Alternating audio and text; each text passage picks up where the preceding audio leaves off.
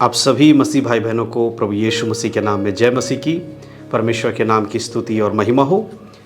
मैं विश्वास करता हूं कि परमेश्वर ने आप लोगों को सुरक्षित रखा है और संभाला है। आज एक नए विषय के साथ मैं आप सबके समीप में हूं और बहुत सारे हमारे जो मसीह विश्वासी लोग हैं मुझे सवाल करते हैं, कमेंट में लिखकर मुझे सवाल भेजते हैं, व्हाट्सएप के माध्यम से मुझे सवाल भेजते हैं और मैं कोशिश करता हूं कि आप लोगों के सवाल का जवाब मैं वीडियो बना कर दूं ताकि ज़्यादा से ज़्यादा लोगों को बाइबल के बारे में पता चले, बाइबल से सीख सके और एक आत्मिक जीवन जीने के लिए एक विश्वासी को किन किन चीज़ों की ज़रूरत है, किस प्रकार से वो आत्मिक जीवन में आगे बढ़ सकता है, इन बातों को मैं अक्सर वीडियो के माध्यम से आप तक पहुँचाता हूँ। आज एक विषय लेकर आया हूँ, बहुत ही इम्पोर्टेंट है, बहुत ही खास विषय है। बहुत सारे हमारे विश्वासी लोग जो यीशु मसीह पर विश्वास करते हैं उन्हें प्रार्थना करना नहीं आता। अक्सर जब मैं लोगों से बातचीत करता हूं तो बहुत सारे लोग मुझे बताते हैं कि पास्टर जी, हम लोग प्रार्थना करना चाहते हैं लेकिन हम प्रार्थना नहीं कर पा रहे हैं। हम कोशिश करते हैं प्रार्थना करने की, लेकिन किस तरह से प्रार्थना करना है हमें नहीं मालूम है, क्योंकि हमने कभी भी प्रार्थना नहीं किया है। तो आज मैं इस वीडियो के माध्यम से उन सभी मसीह भाई बहनों को जिन्हें प्रार्थना करना सही से नहीं आता है उनके लिए कुछ बातों को बताने जा रहा हूँ। अगर आप प्रार्थना करते समय इन बातों का ख्याल रखेंगे, ध्यान रखेंगे, तो आप एक बाइबल आधारित प्रार्थना कर पाएंगे। आप एक ऐसी प्रार्थना कर पाएंगे जो बाइबल के अनुसार सही है। देखिए, प्रार्थना करना हर एक विश्वासी के लिए ज़रूरी है, लेकिन प्रार्थना सही रीति से होना भी बहुत ज़रूरी है। बहुत बार विश्वासी लोग जैसा मर्जी उस तरह से प्रार्थना करना शुरू करते हैं, लेकिन बाइबल हमें प्रार्थना करने के बारे में सिखाती है। बाइबल के वचनों में लिखा गया है कि एक विश्वासी को किस प्रकार से प्रार्थना करना चाहिए। इसीलिए आपको प्रार्थना करने के तरीके के बारे में पता होना चाहिए। देखिए, जब भी हम प्रार्थना की बात करते हैं तो प्रार्थना क्या है, सबसे पहले ये समझना होगा। प्रार्थना का मतलब क्या है? बहुत सारे लोगों को प्रार्थना का मतलब तक नहीं पता होता है। देखिए, प्रार्थना का मतलब है कि हम अपनी बातों को किसी से बोल रहे हैं या फिर अपनी ज़रूरतों को किसी से बता रहे हैं और हम किसी से उम्मीद कर रहे हैं कि वो हमारी मदद करे, इसलिए हम किसी को कुछ बता रहे हैं, वो प्रार्थना है। जैसे कि मान लीजिए कि एक बेटा, एक बच्चा अपने पिताजी से कुछ पाना चाहता है, कुछ मांगना चाहता है, तो अपने पिता के पास जाकर कहेगा, पिताजी मुझे इस वस्तु की ज़रूरत है, मुझे ये चाहिए। तो ये क्या कर, वो बेटा अपने पिता से प्रार्थना कर रहा है। इसी प्रकार से जब हम प्रार्थना करते हैं हमें याद रखना चाहिए कि हम प्रार्थना परमेश्वर से कर रहे हैं। हमारी चीज़ों को जो हमें चाहिए उसको प्राप्त करने के लिए, या हमारी रोज़ की ज़रूरतों को, या कुछ भी हो सकता है, उसको जब हम परमेश्वर से बोलते हैं वो प्रार्थना है। और जब हम बाइबल पढ़ते हैं तो हम परमेश्वर से सुन रहे हैं, है ना। इन बातों को समझना ज़रूरी है, तभी एक आप अच्छी रीति से प्रार्थना कर पाएंगे। अक्सर बहुत सारे लोगों को प्रार्थना करने में प्रॉब्लम इसलिए हो जाता है कि उन्हें पता ही नहीं है प्रार्थना क्यों कर रहे हैं, किससे कर रहे हैं। आप जब भी प्रार्थना करने बैठें आपको ये एक चीज़ याद रखना है कि आप प्रार्थना परमेश्वर से कर रहे हैं, उस परमेश्वर से जिसे आप देख नहीं सकते।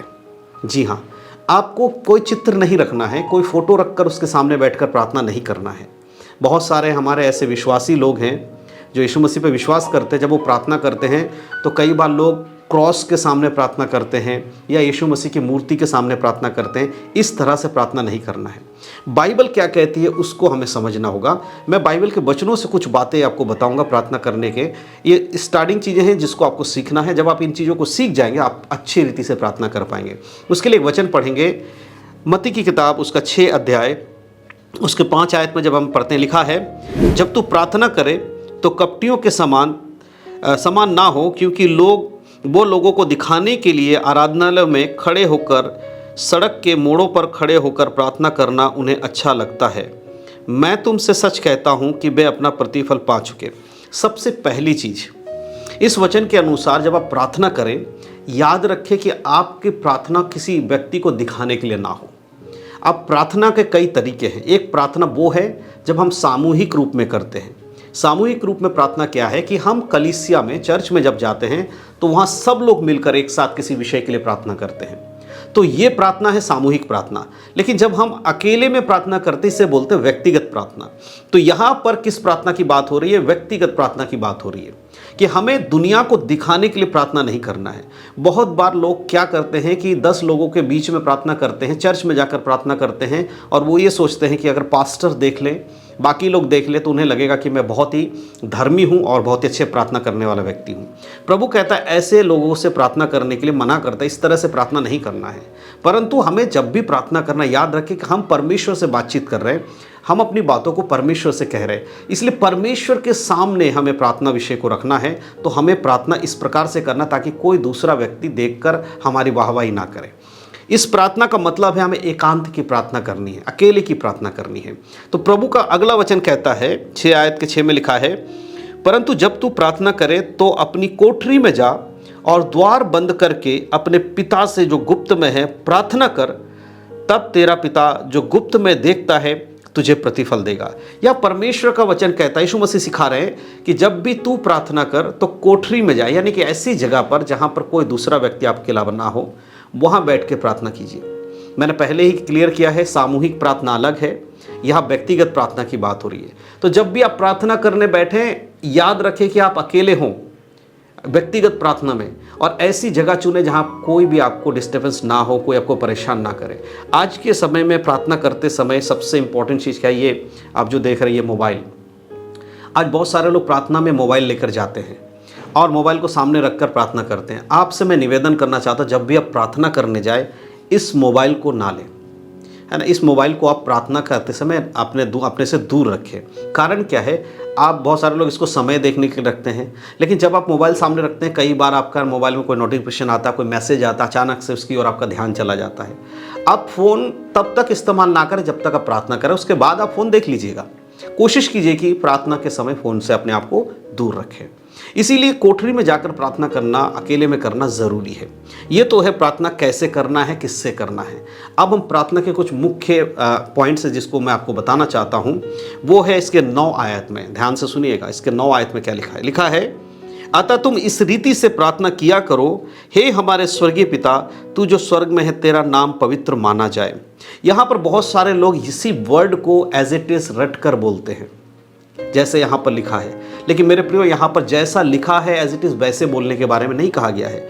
इस तरह से प्रार्थना करने के लिए कहा था, तुम इस रीति से प्रार्थना करो। ये एक रीति है, एक तरीका समझाया यीशु मसीह ने कि हे हमारे स्वर्गीय पिता, तू जो स्वर्ग में है, तेरा नाम पवित्र माना जाए। तो सबसे पहले जब हम प्रार्थना करने बैठे, हमारा कर्तव्य क्या है, प्रार्थना में सबसे पहले हमें डायरेक्टली मांगना शुरू नहीं करना है, प्रभु मुझे ये चाहिए, प्रभु मुझे वो चाहिए, परमेश्वर मेरे लिए होना चाहिए, मुझे धन संपत्ति चाहिए। एकदम प्रार्थना शुरू करते ये सब बोलने की जरूरत नहीं है। पहले हमें समझना है कि हम परमेश्वर से प्रार्थना कर रहे हैं। दूसरी सबसे इंपॉर्टेंट बात कि हमें परमेश्वर का धन्यवाद करना है, क्योंकि जब आप प्रार्थना करने बैठे उससे पहले प्रभु ने आपको संभाला है, उस समय तक परमेश्वर ने आपको संभाला है, आपकी हर एक जरूरतों को परमेश्वर ने पूरा किया।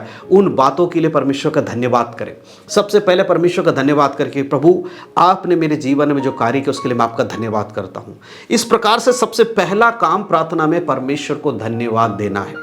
जब आप परमेश्वर को धन्यवादित हृदय के साथ बैठकर परमेश्वर के सामने प्रार्थना करते हैं, उस प्रार्थना का एक अलग महत्व होता है।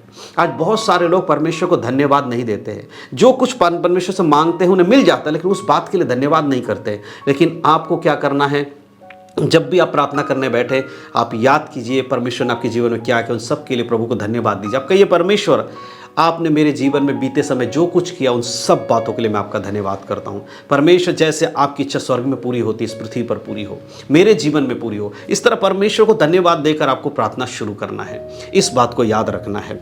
अगला पॉइंट क्या है उसको मैं आपको बताना चाहता हूँ। उसके 10 आयत में लिखा है, जैसे तेरा राज्य आए, तेरी इच्छा जैसे स्वर्ग में पूरी होती है वैसे पृथ्वी पर पूरी हो। ये मैंने बता दिया। अब दूसरी चीज़ है, हमारे दिन भर की रोटी आज हमें दे। यहाँ परमेश्वर का वचन कहता है, हमारे दिन भर की रोटी आज हमें दे। देखिए, प्रार्थना यहाँ पर रोटी मांगने के विषय में बात नहीं हो रही है, हमें प्रभु के ऊपर आश्रित करने की बात हो रही है। जब यहाँ लिखा है कि हमें दिन भर की रोटी आज हमें दे, इसका मतलब ये नहीं है कि आप परमेश्वर से रोटी मांगने के लिए प्रार्थना करें। आपको समझना होगा इसका अर्थ क्या है। इसका अर्थ है कि आपको प्रतिदिन प्रार्थना करना है। अगर आज आप दिन भर की रोटी के लिए प्रार्थना कर रहे हैं तो ये प्रार्थना सिर्फ आज के लिए है, कल फिर आपको प्रार्थना में बैठना है। इसका अर्थ, आत्मिक अर्थ यही है कि प्रतिदिन आपको प्रार्थना करना है, प्रतिदिन अपने लिए भोजन मांगना है परमेश्वर से। इसका मतलब ये नहीं है कि आप आज की रोटी हमें दे दे, कल की भी रोटी हमें दे दे, परसों की भी रोटी हमें। इसका अर्थ है कि आपको एक दिन, जिस दिन आप प्रार्थना करो उस दिन के लिए प्रार्थना, अगले दिन फिर जब आप दूसरा दिन देखेंगे, अगर आप जीवित रहे, फिर आपको प्रार्थना करना है। यानी प्रतिदिन की रोटी के साथ साथ प्रतिदिन का प्रार्थना इसमें शामिल है। बहुत सारे लोग एक बार प्रार्थना करते हैं सप्ताह में, 2 बार प्रार्थना करते फिर नहीं करते। प्रतिदिन आपको आपको ये रूटीन बनाना है। समय का लिमिट नहीं है। बहुत सारे लोग कहते हैं हमारे पास समय नहीं होता, हम 2-2 3-3 घंटे प्रार्थना नहीं कर सकते। किसने कहा कि आप 2-2 3-3 घंटे प्रार्थना करो? देखिए, जितना समय आपको मिल रहा है उस समय को प्रार्थना में दीजिए। आप शुरू कीजिए, थोड़े समय से शुरू कीजिए। आप 10 मिनट से शुरू कीजिए, आधे घंटे से शुरू कीजिए।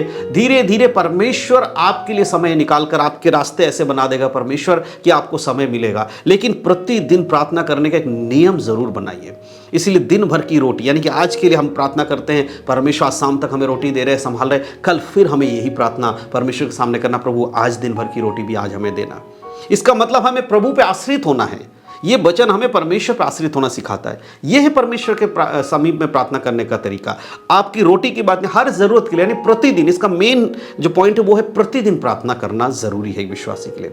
अगला पॉइंट जो आपको ध्यान रखना प्रार्थना करते समय, लिखा है जिस प्रकार हम अपने अपराधियों को क्षमा करते हैं वैसे तू भी हमारे अपराधों को क्षमा कर। देखिए, प्रार्थना करते समय याद रखिएगा, अगर आपके मन में किसी के लिए बुरी बातें हैं, बुरी भावना है, तो आप अगर परमेश्वर के सामने प्रार्थना करते हैं, क्या परमेश्वर आपकी सुनेगा?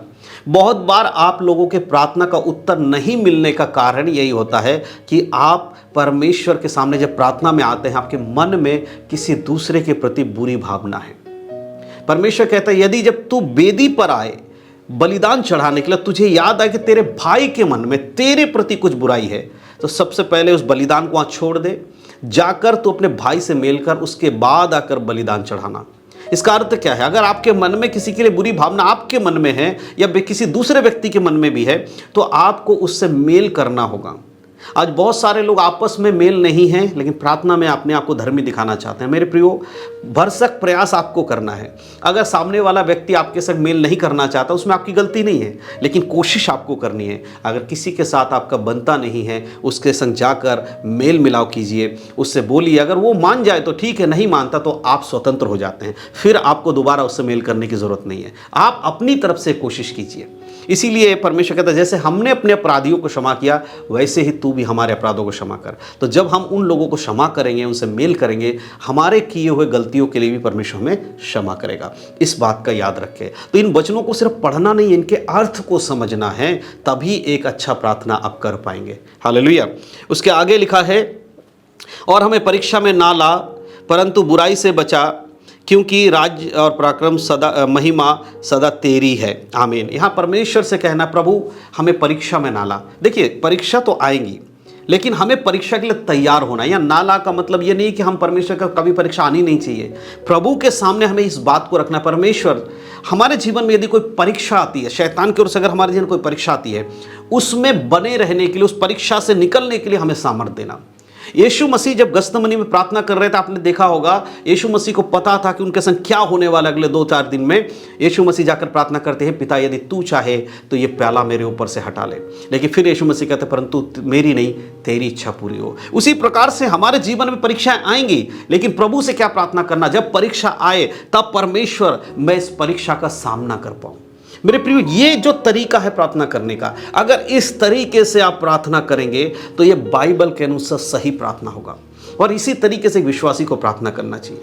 तो जितने भी लोग, मेरे मसीह भाई बहन लोग, मुझसे बार बार ये सवाल करते हैं कि ब्रदर या पास्टर जी हम कैसे प्रार्थना करें, हमें प्रार्थना करना नहीं आता, तो प्रार्थना के बारे में बाइबल में लिखा है।